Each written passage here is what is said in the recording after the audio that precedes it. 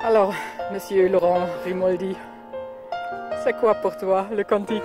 C'est un réveil ce matin à 4 heures. Oh, cool. J'ai déjà vu ce moment. Ouais. Ouais, à 4 heures du matin, je me posais la même question. Et maintenant, c'est l'heure Maintenant, de c'est raconter. l'heure. C'est quoi le cantique?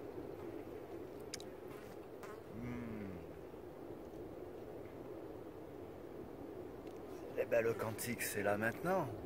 C'est ce qu'on voit autour de nous. C'est à la fois le plus petit, ça on le sait, mais c'est aussi toute cette grandeur.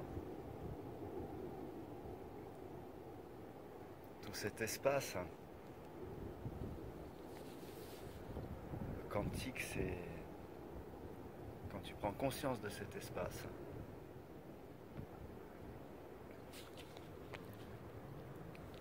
Que tu rentres dans la présence.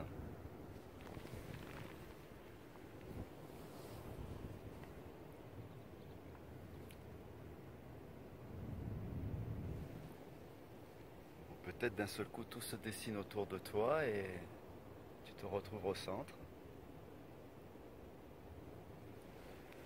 Si tu restes encore un petit moment,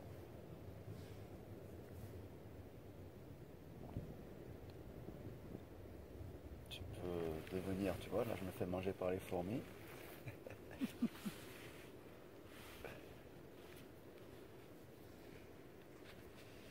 C'est ça, c'est l'infiniment petit aussi, oui. Et se sentir entier dans tout cet espace. Ce qui est intéressant, c'est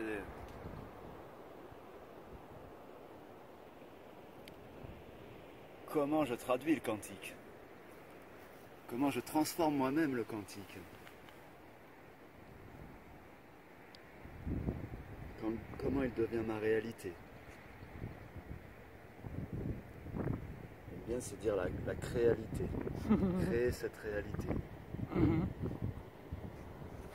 Ben, finalement, le cantique, tu vois, il est en face de nous. Là. Il prend cette image-là, simplement.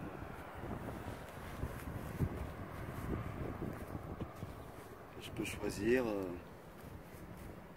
d'en faire un moment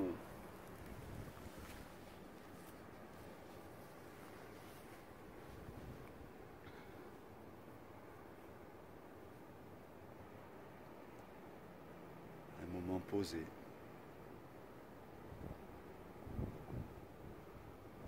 Où j'ai juste à regarder, à admirer. Ce matin, on a parlé d'être à la fois l'un, une cellule du grand tout, et aussi une personnalité avec un corps, avec des perceptions, avec des regards, un point de vue. Tu veux dire quelque chose? Oui, ben voilà, ça représente vraiment ce que je me fais de cette idée-là, tu vois. Justement, en quittant toutes ces projections, comment on peut faire juste partie de tout ce monde, de ce qu'on crée nous-mêmes, de ce qu'on dessine, comme tu dis, faire partie du tout, être cette unicité dans cette unité, où sans les deux, ça peut pas être.